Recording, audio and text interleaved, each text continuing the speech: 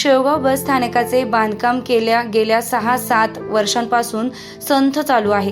त्यातच पावसाळ्यामध्ये मोठ्या प्रमाणात प्रवाशांचे व विद्यार्थ्यांचे बस स्थानकामध्ये साचलेल्या पाण्याच्या साचलेल्या डबक्यामुळे हाल होत आहेत। त्याचा निषेध व्यक्त करण्यासाठी आज भारतीय कम्युनिस्ट पक्षाचे संजय नागरे यांनी शेवगाव बस स्थानकातील पाण्याने साचलेल्या खड्ड्यांमध्ये बसून चिखलाने अभिषेक केलाय।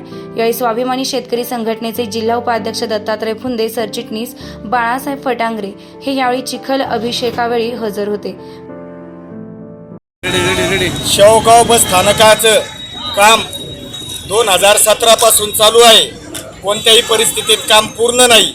प्रवाशांचे दरवर्षी ह्याच पद्धतीने हाल आहेत। प्रवाशाला जायला यायला जागा नाही। बस स्टँडच्या आत चिखलाचे ढिगल आहे, पाण्याचा सडा आहे।